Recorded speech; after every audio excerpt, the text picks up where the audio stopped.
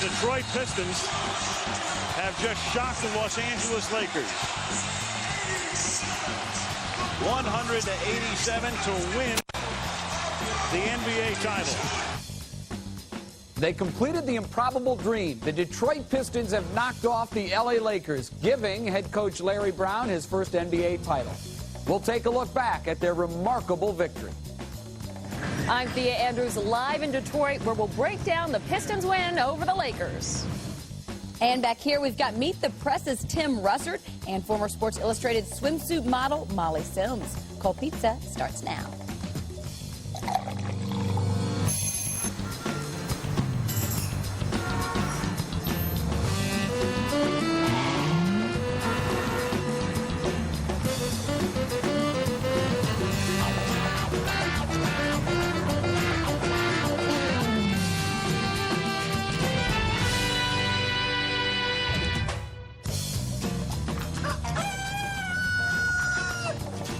And a very good morning again, everyone, and welcome to Cold Pizza for Wednesday, June 16th. I'm Jay Crawford alongside Kit Hoover. Kit, did you see that statue there? Unbelievable. With the Pistons jersey. I think the Lakers gave up. You think so? I think they did, yeah. I think they knew that they just had no chance, and they look like a team.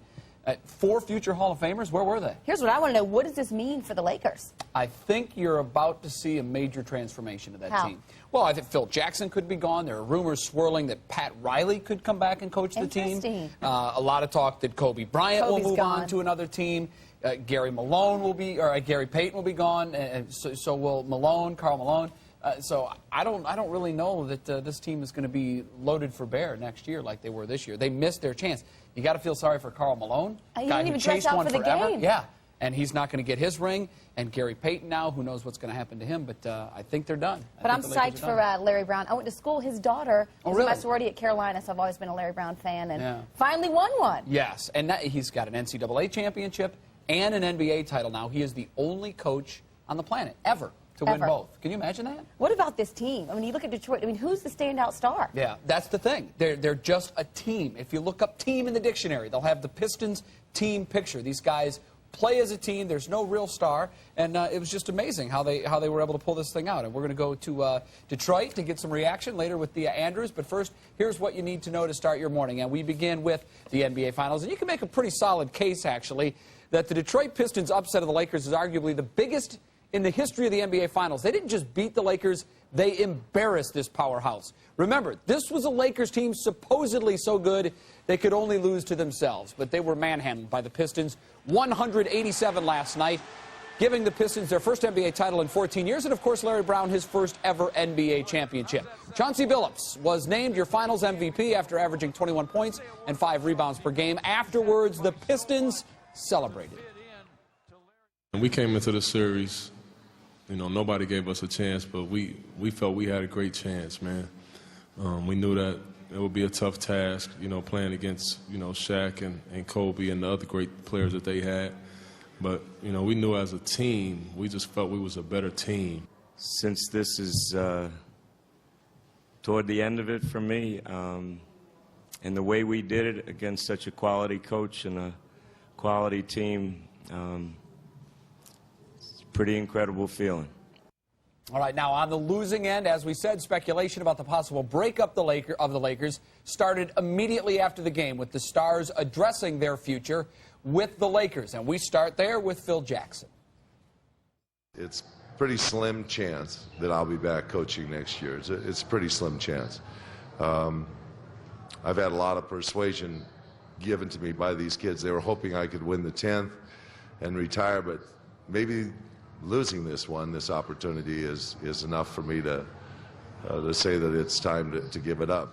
This summer is going to be a different summer for a lot of people, and everyone's going to, you know, take care of their own business, and everyone is going to do what's best for them, including me.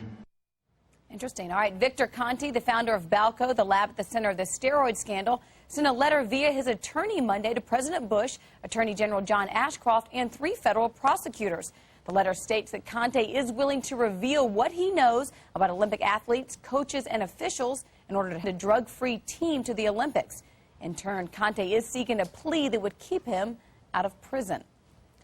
One day after suing the authors of a book that accuses him of doping, Lance Armstrong publicly addressed the media about the allegations Tuesday. I can absolutely confirm that we don't use doping products. I can also remind everybody here and everybody listening that this is not the first time it's happened. This is not the first time I've lived through this. We've sort of reached a point where we really can't tolerate it anymore. And we're sick and tired of these allegations, and we're going to do everything we can to fight them. They're absolutely untrue. The French-language book L.A. Confidential, The Secrets of Lance Armstrong, which charges the cyclist with doping, will be released later this week. By the way, Tour de France begins July 3rd, and Armstrong will have a new sponsor for his racing team, Discovery Communications. The parent company of the Discovery Channel, the Learning Channel, and others will replace the U.S. Postal Service when Armstrong goes for his 6th straight Tour de France title. So how about Lance Armstrong? Interesting. He has had to face these allegations before. Look, when you win 5 consecutive Tour de France After coming back from cancer. Yeah, I mean, that, you know, first of all, in and of itself, it's an unbelievable feat. But when you do it after you're battling cancer, there will be those that throw darts at you, and he's always, you know, dodged them as best he can, and now he feels that it's time to fight. And now he's got Sheryl Crow dodging them with him. That's what I hear. That's what I hear. All right, of course, while you were sleeping, they partied in Detroit, and Thea Andrews was there, and she was up all night for the party. So what did these Pistons do right tonight? Everything. Everything being? Beat the crap out of L.A. Yeah! #1! Great teamwork, and the Fro was just fearless. He challenged everybody and got over big time. We're number one. Jimmy Kimmel dissed your city. What do you have to say to him now?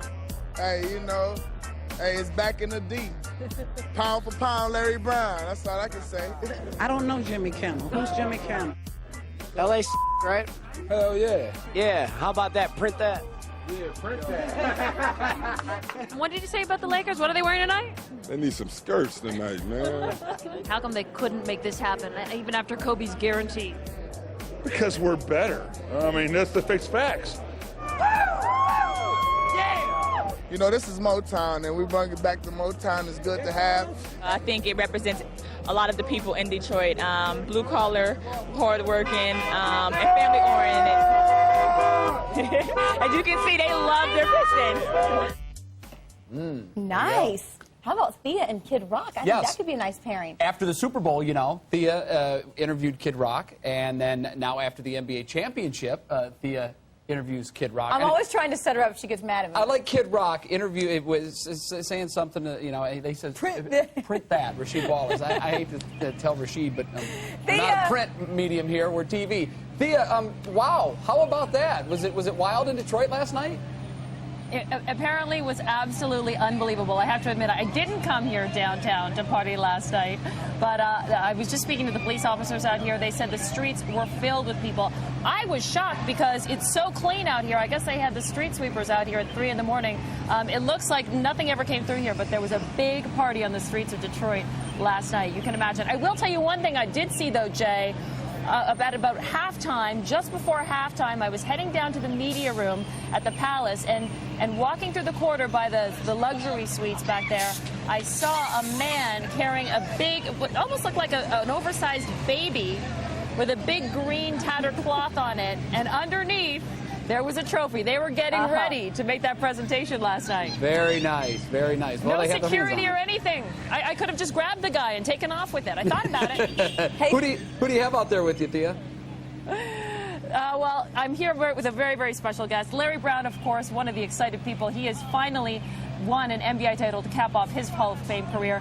Joining us now, a former head coach of the Detroit Pistons and a current assistant who helped his brother become the first coach to win an NBA and an NCAA title, Herb Brown. And were you out here partying on the streets last night? No, but I was partying someplace else. You said you got about how much sleep?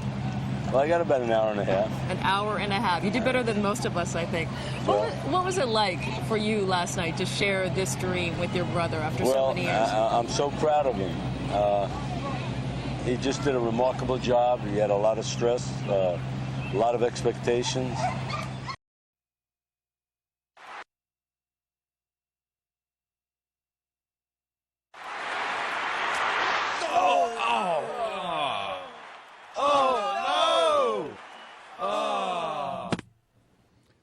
It's time to crack the final 3 on our most tortured sports cities list now. But before we unveil number 3, as always, we'd like to recap the list of cities that have already been named.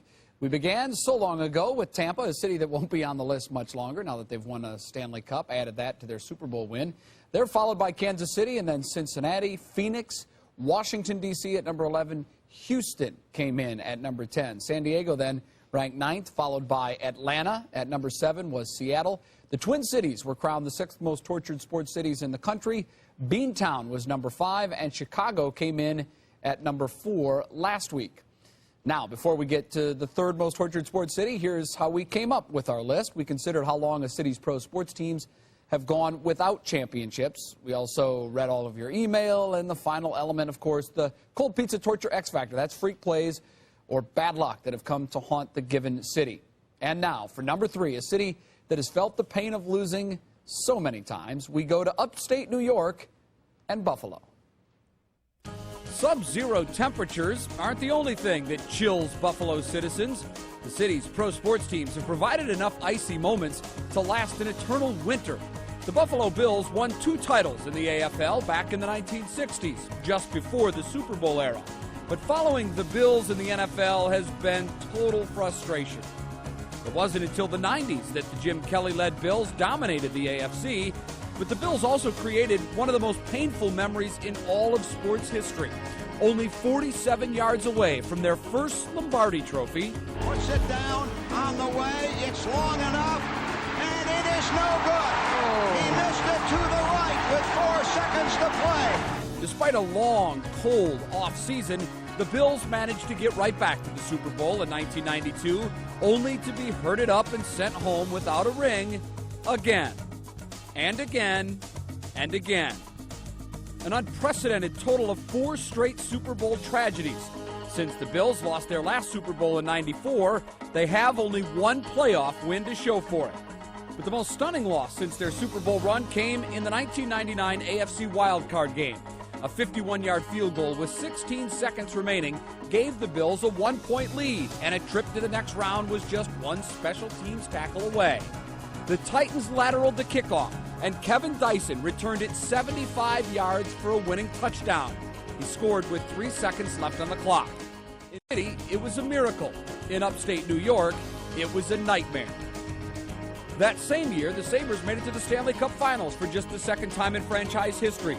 Down 3 games to 2, the Sabres extended Game 6 to 3 overtimes before this.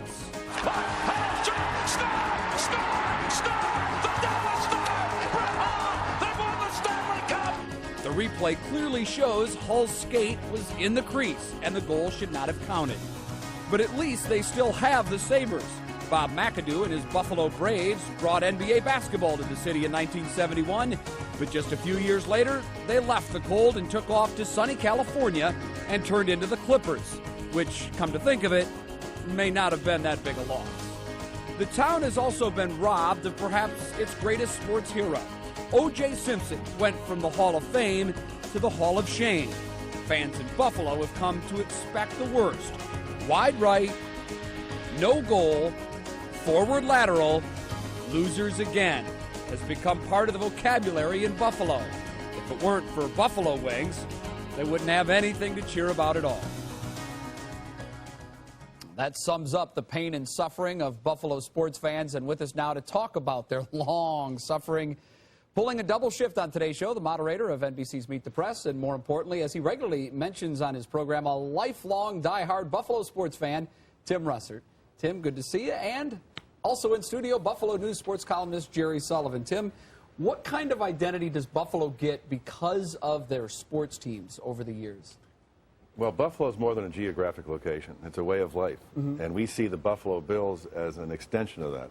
When the Bills take the field, they're not playing just for Ralph Wilson, the owner. They're playing for the whole city of Buffalo. Kind of a gritty, blue-collar town that believes passionately in them. You know, I hear all the knocks about Buffalo because of snow and the Super Bowls, but we have been to the promised land 4 years. Never to the mountaintop. Right. But we will get to the mountaintop. You've seen the mountaintop. You write in your book, to me and to so many people in Buffalo, they represent our city and the tough times it's been through. When the team loses, the whole town feels it. And when they win big, Well, we're still waiting to find out what that's like. Will you ever find out what that's like? My dad says that Buffalo Bills fans will live forever, that they will not die until they win a Super Bowl. But you have to come up there for a game, particularly we're in the playoffs. People are hanging sheets and banners from downtown office buildings. Right. It's like a college town in many ways.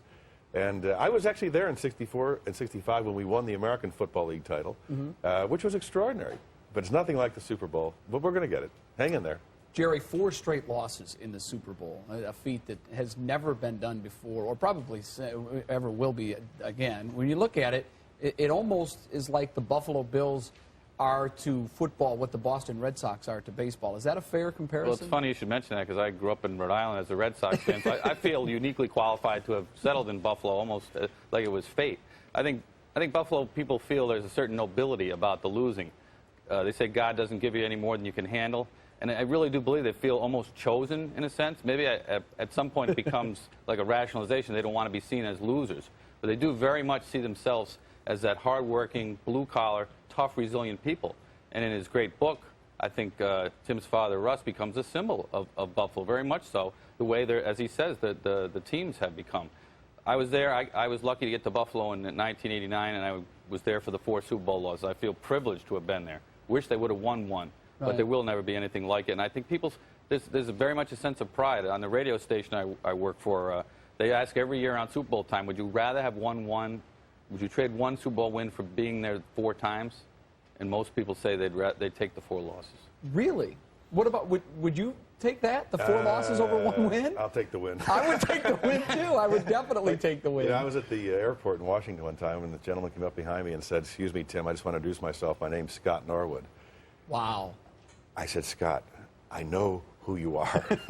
I think about you every night. Wide right. 47-yard field goal." How was he doing? I mean, did you ever get over something like that? What do you think? I've read interviews with him, I think 10 years after. I think he got over it. I wrote that night that this will be remembered as Scott Norwood's kick, but that the defense really lost the game. I've gone back and watched the film. It's sickening how they were out-coached so soundly by Bill Parcells that night. And it never should have come down to the kick. And I believe in his heart of hearts that Scott Norwood realizes that. When you watch that, Tim, what goes through your mind?